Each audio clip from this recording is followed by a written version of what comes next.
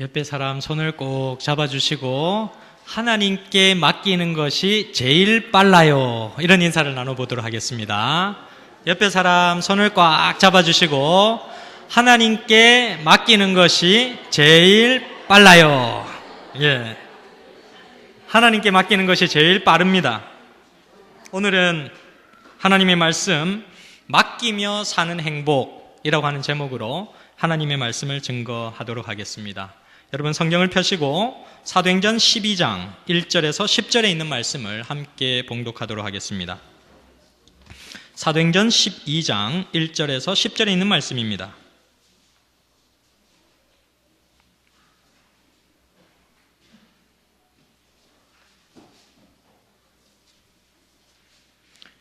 그때에 헤롯 왕이 손을 들어 교회 중 몇 사람을 해하려 하여 요한의 형제 야고보를 칼로 죽이니 유대인들이 이 일을 기뻐하는 것을 보고 베드로도 잡으려 할세. 때는 무교절이라 잡음에 옥에 가두어 군사 내식인 네패에게 맡겨 지키고 유월절 후에 백성 앞에 끌어내고자 하더라.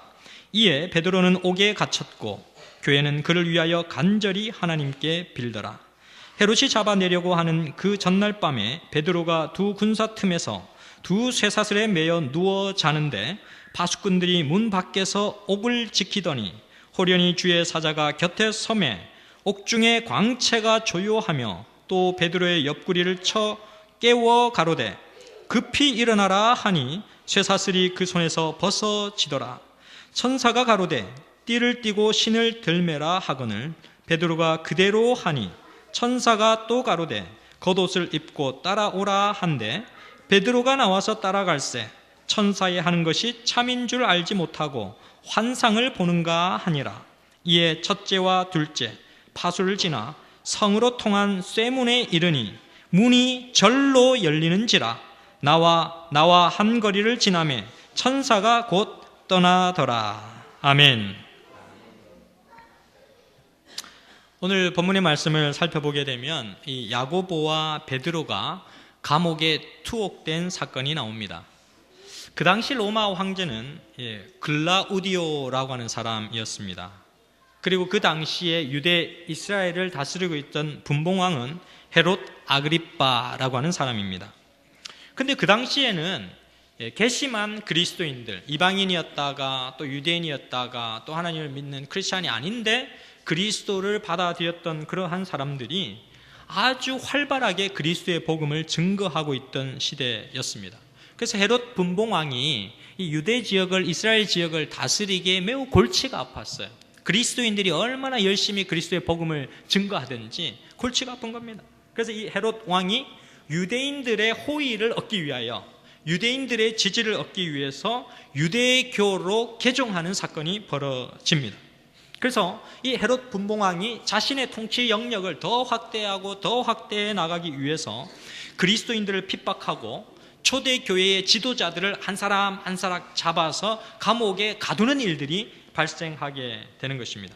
그러는 가운데 이 헤롯은 유대인들의 큰 환심을 사게 되는 사건이 벌어지게 되는데 그게 뭐냐면 그 초대교회의 지도자들 가운데 가장 유력한 요한의 형제 야고보를 붙잡아서 옥에 가두고 마치 굉장한 신문을 한 가운데 이제 이 야고보를 칼로, 마치 침례 요한을 칼로 목베어 죽이게 했던 것처럼 이 야고보를 집행하여 죽이게 되는 사건이 이 본문상에 지금 기록이 되어 있습니다. 이 일들이 아주 급속하게 소문이 퍼져서 주위에 많은 사람들에게 알려지기 시작했습니다. 유대인들이 그 일을 매우 기뻐하는 거예요. 성경에 보면 매우 기뻐하였더라 그렇게 기록을 하고 있습니다. 그러니까 헤롯이 생각할 때 이 초대교회의 지도적 역할을 하는 이 야고보가 죽었으니 유대인들이 매우 기뻐한다. 그러면 이제 누구를? 베드로까지 투옥해서 이 베드로까지 없애게 되면 이들은 굉장한 지지를 나에게 보여주겠구나 라고 하는 생각을 헤롯이 하게 되는 것입니다. 이런 이 배경적 상황 가운데서 억울하게 감옥에 한 사람 베드로가 갇히게 되는 것입니다. 이 베드로는 감옥에 갇힐 그런 합리적인 조건이나 합리적인 이유가 전혀 없이 그는 감옥에 갇혀 있습니다. 캄캄한 감옥 속에 억울하게 갇혀있는 이 베드로는 어떤 생각을 했을까요?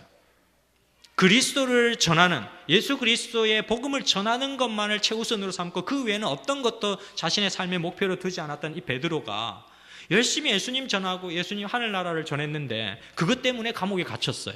그리고 죽게 생겼어요. 그때 그는 어떤 생각을 하면서 그 어두침침한 감옥 속에서 시간들을 보내고 있었을까요? 어쩌면은 자기보다 먼저 잡혀온 야고보에 대한 생각이 많이 났을지 몰라요. 야고보는 처참하게 자신처럼 오로지 그리스도를 위하여 자신의 생애를 드린 것밖에 없는데 처참하게 그는 목배임을 당하여 죽게 되는 그러한 결과들을 보게 된 것입니다.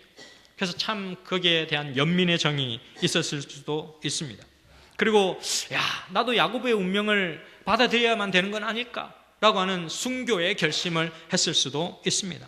아니면 용기를 내어서 하나님, 저에게 정말로 주님께서 은혜를 베풀어 주시면 제가 나아가서 더욱더 많은 사람에게 그리스도를 증거하겠습니다 라고 하는 그런 기도를 드렸을 수도 있습니다.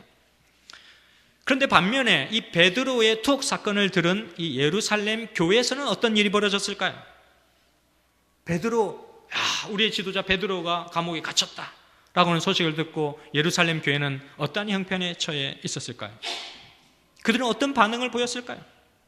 그들은 믿음의 지도자 베드로를 위해서 무엇을 하려고 그들은 계획하였을까요? 성경 본문은 오늘 무엇이라고 얘기해주고 있습니까? 그들은 뭐 했다고요? 기도했다라고 성경은 기록하고 있습니다. 본문 4절에서 5절 말씀을 보시면 잡음에 옥에 가두어 군사 넷씩인 네 패에게 맡겨 지키고 6월절 후에 백성 앞에 끌어내고자 하더라. 이에 베드로는 옥에 갇혔고 교회는 그를 위하여 간절히 하나님께 빌더라. 그렇게 기록을 하고 있습니다. 여기 4절에 보시면 군사 넷씩인 네 패에게 맡겨 지키고 라고 이렇게 기록을 하고 있습니다.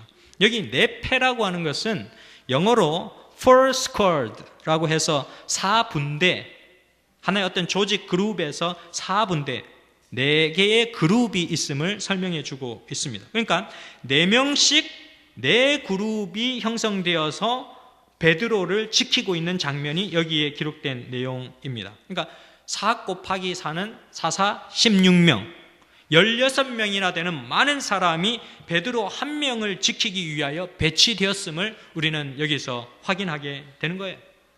역사적으로 굉장히 파격적인 일입니다.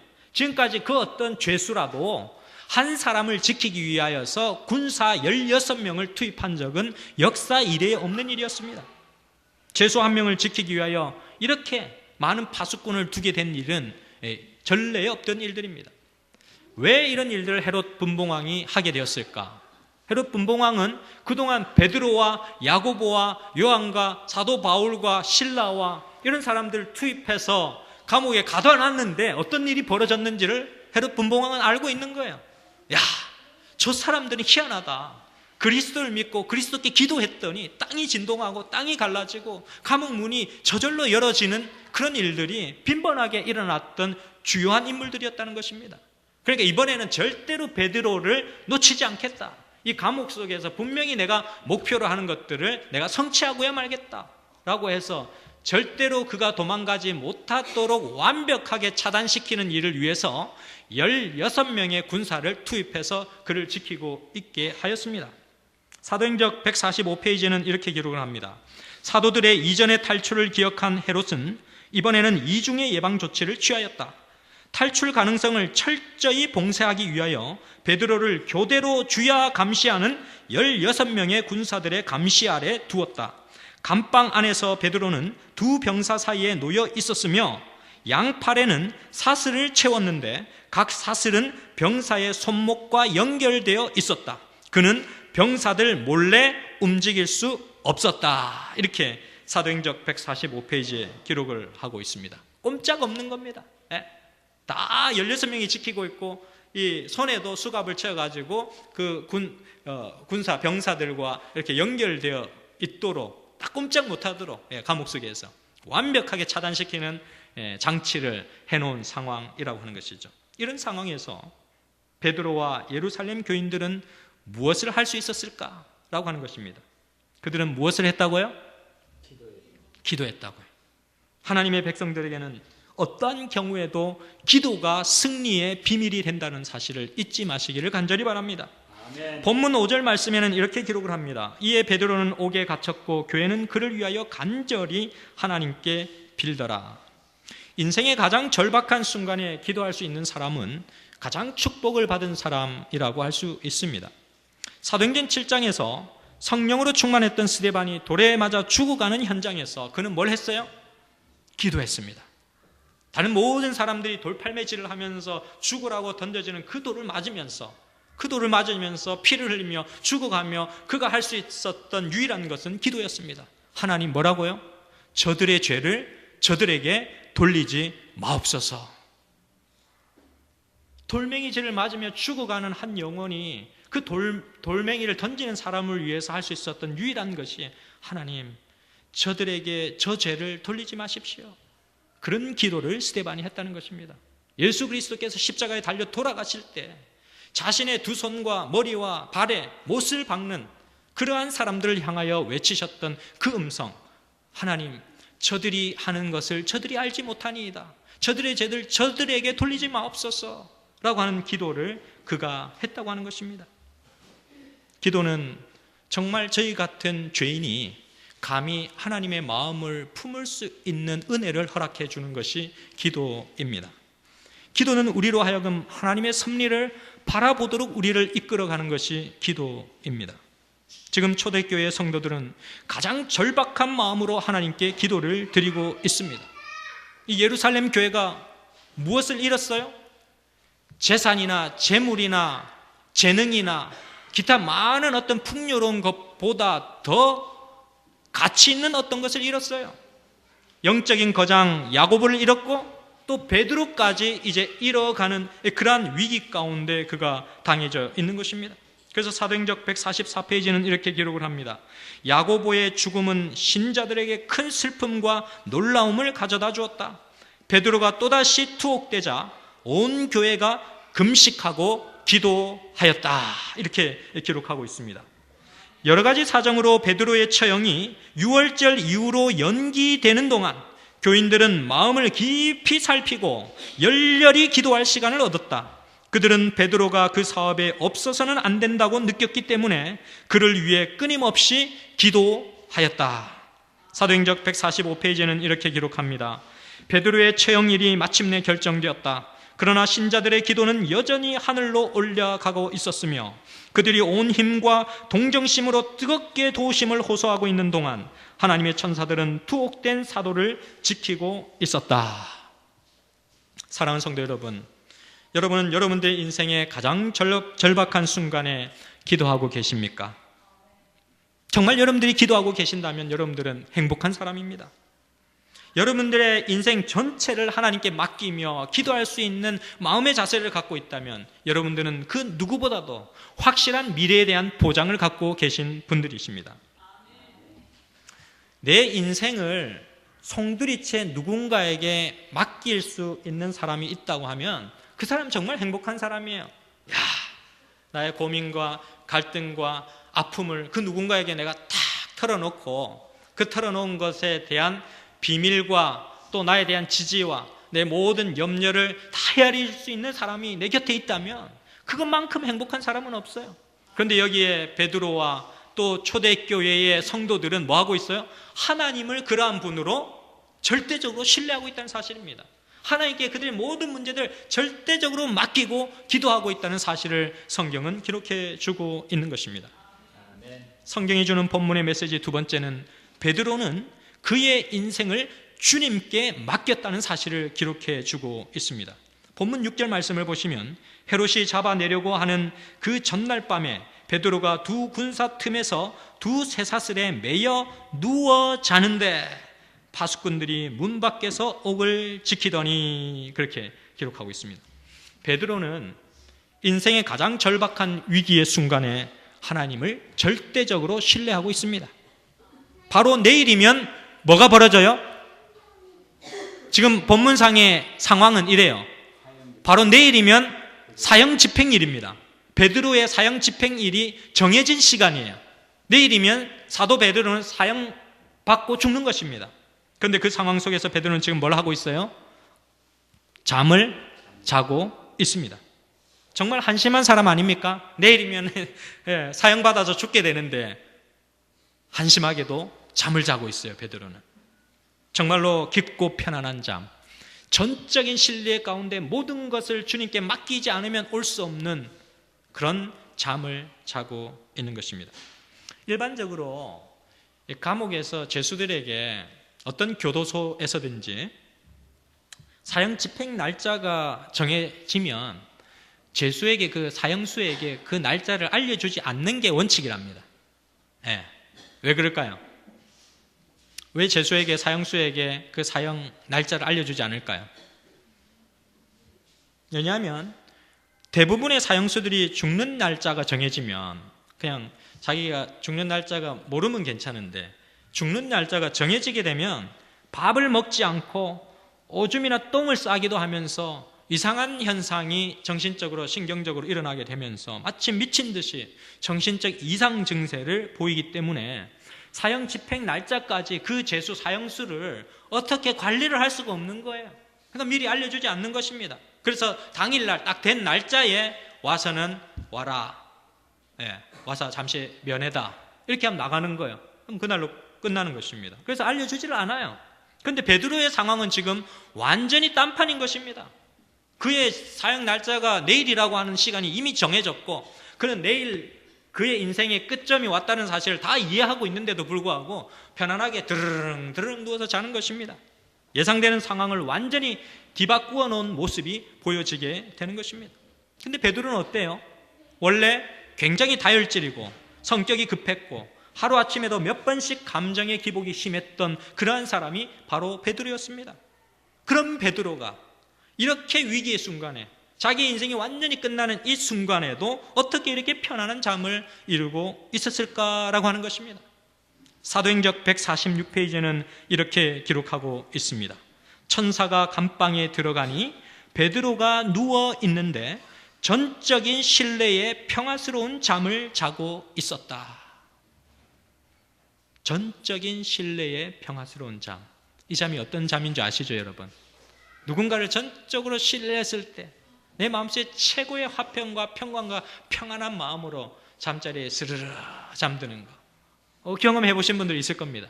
제가 중3 때 열심히 이제 고등학교를 들어가기, 고입 선발고사를 보기 위해서 열심히 공부를 하기 위해서 독서실에, 수강 딱 해서 독서실에 이제 공부를 하고 저녁 12시 정도가 되면 집으로 돌아오거든요. 그런데 그날은 이상하게도 그 차량, 그 독서실에서 저희를 태워다 주는 독서실 차량이 고장이 났어요. 봉고 차량이 고장이 나서 자기 승용차로, 원장님이 자기 승용차로 여학생들 먼저 태워주고 남학생들 나중에 태워줄 테니까 너네들 좀 기다려라, 차가 작으니 몇 번을 돌아야 된다.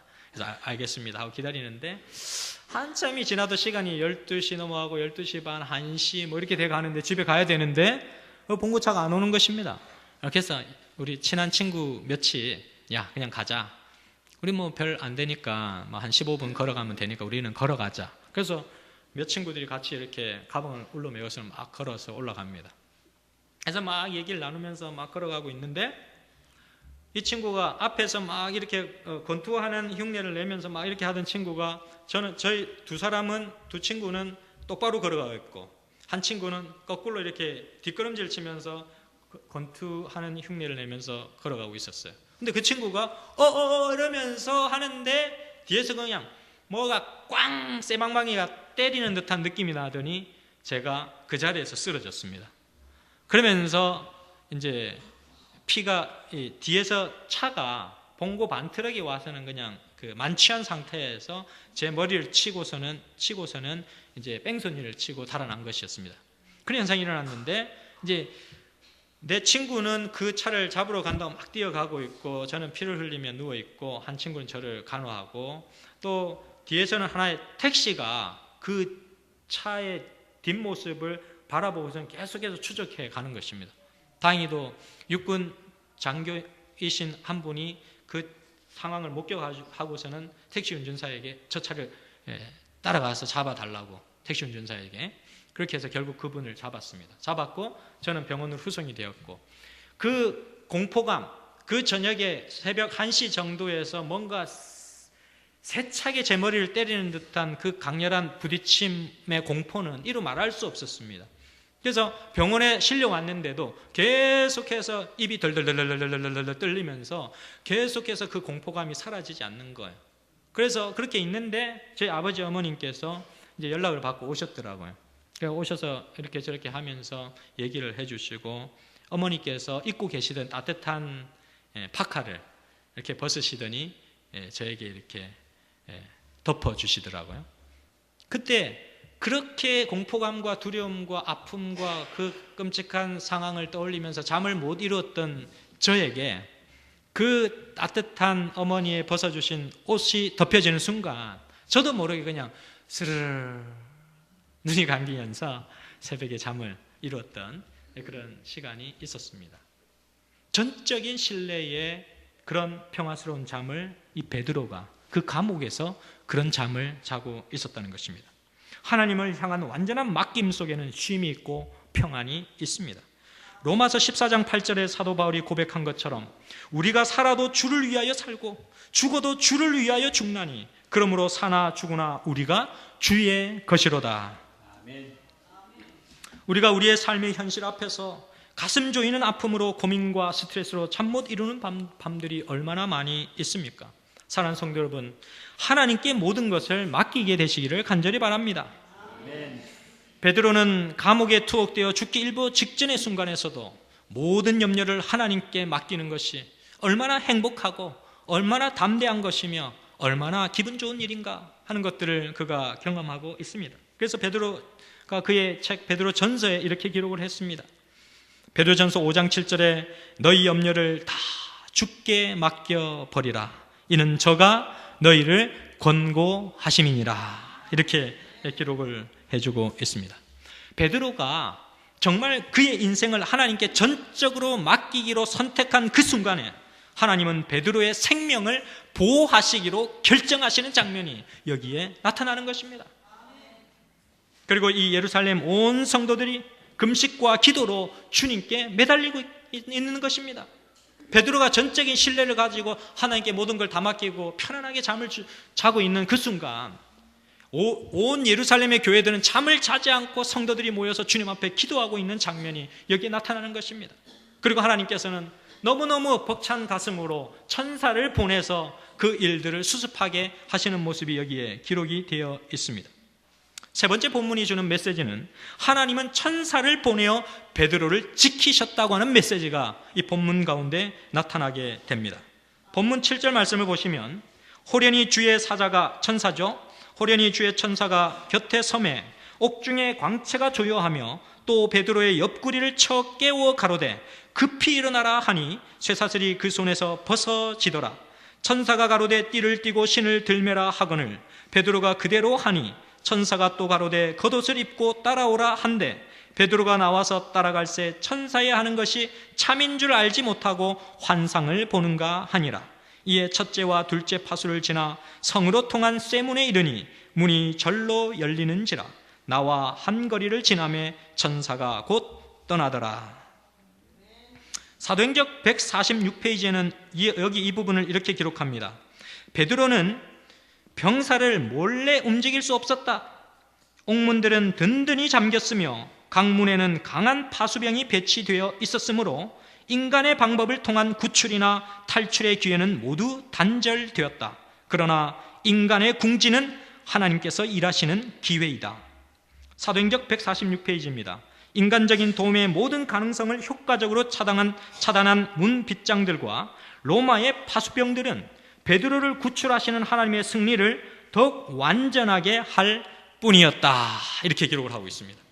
그러니까 베드로가 수갑을 차고 또 그 수갑을 또 병사들과 연결시키고 옥문이 겹겹으로 닫혀 있고 이런 모든 것들은 베드로가 인간의 방법으로는 절대로 그 감옥을 빠져나올 수 없음을 명백하게 보여주고 있는 증거라는 것입니다.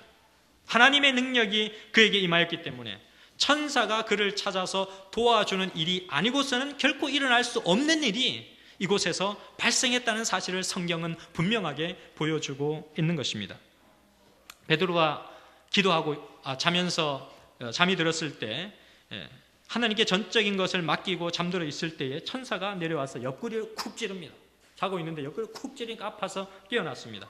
그때 천사가 강력하게 얘기합니다. 야, 베드로야, 빨리 일어나. 야, 허리띠를 이제 졸라매. 이제 빨리 나가야 돼. 그리고 신발을 신어. 그리고서는 이제 겉옷을 걸치고 빨리 나를 따라와. 천사가 그렇게 얘기를 하는 것입니다.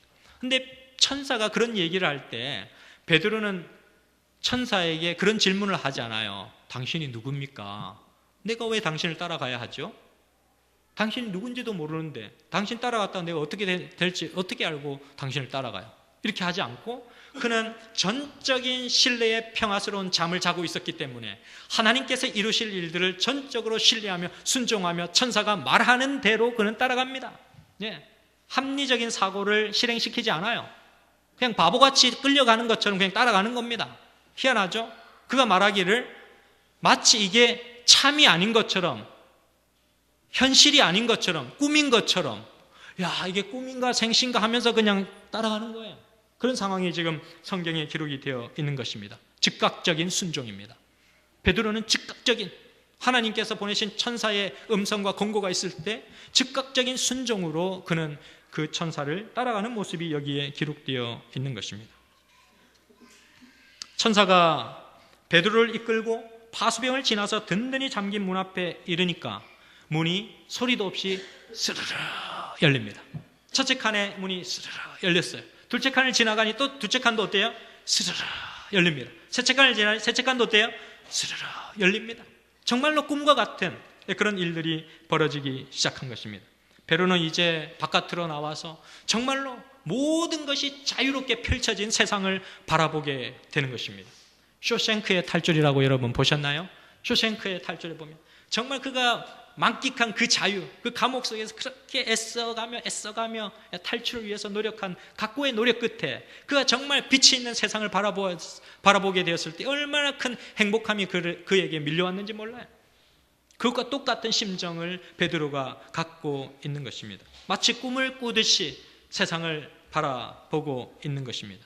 하나님의 값없는 사랑이, 자신을 향한 하나님의 끝없는 사랑이, 무한한 하나님의 사랑이 그 햇빛을 통하여 자신에게 비춰오고 있었을 때 그는 이 일을 이루신 분이, 천사를 보내신 분이 하나님이시구나 하는 것들을 베드로가 깨닫게 되었습니다. 그리고 그는 이제 자각하기 시작하죠. 또 영적인 센서를 가지고 이제 자신의 친구들의 집으로 가기 시작합니다. 사도행전 12장 11절 12절을 보시면 이렇게 기록합니다.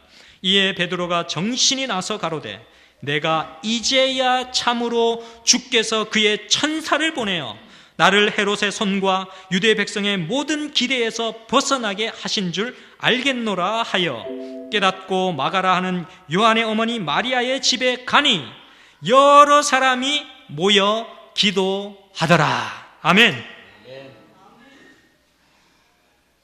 정신이 바짝 들은 베드로가 깨달은 것은 그 감옥 문을 다 철저하게 나온 후에 그가 깨달은 것은 나를 위하여 누군가가 기도하고 있구나. 베드로는 그걸 깨달았어요. 야, 어떻게 이런 일이 환상과 같은 꿈 같은 일이 나에게 벌어질 수 있을까? 나를 위하여 누군가 기도하고 있구나. 누가 나를 위하여 기도하고 있을까? 친구 집에 한번 가보자. 그렇게 해서 이 마가라는 요한의 어머니 마리아의 집에 그가 딱 도착했더니 문을 열었더니 다른 사람들이 뭐하고 있어요? 모두가 주님께 간절히 베드로의 석방을 위해서 기도하고 있는 거예요. 하늘 아버지, 이 베드로를 석방시켜 주십시오. 이 예루살렘 교회에 절대로 없어서는 안 될 인물입니다. 하나님 도와주십시오. 간절하게 그들이 기도하고 있는 모습을 그가 확인하게 되었습니다. 하나님은 기도하는 곳에 임재하시고 기도하는 곳에 복을 주시고 기도하는 곳에 모든 문제를 해결해 주시고 그래서 하나님은 그 기도하는 사람들을 통하여 하나님의 역사를 펼쳐 가시는 것입니다. 아멘. 오늘도 마찬가지입니다. 오늘날 이 땅의 마지막 사명을 안고 살아가는 저희들에게도 하나님은 천사를 보내시기를 즐겨 하십니다.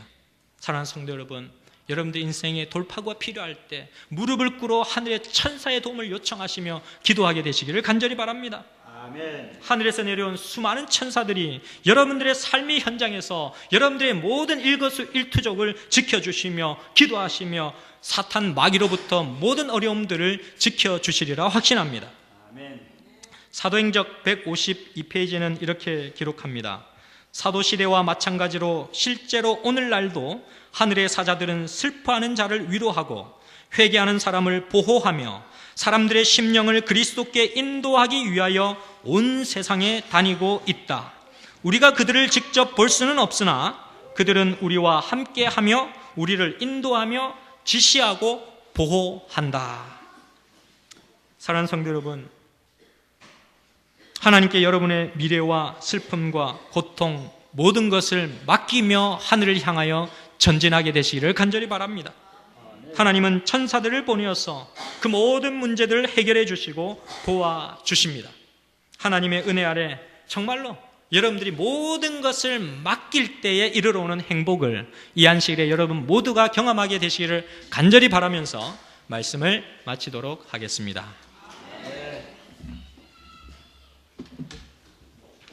다 함께 일어나셔서 찬미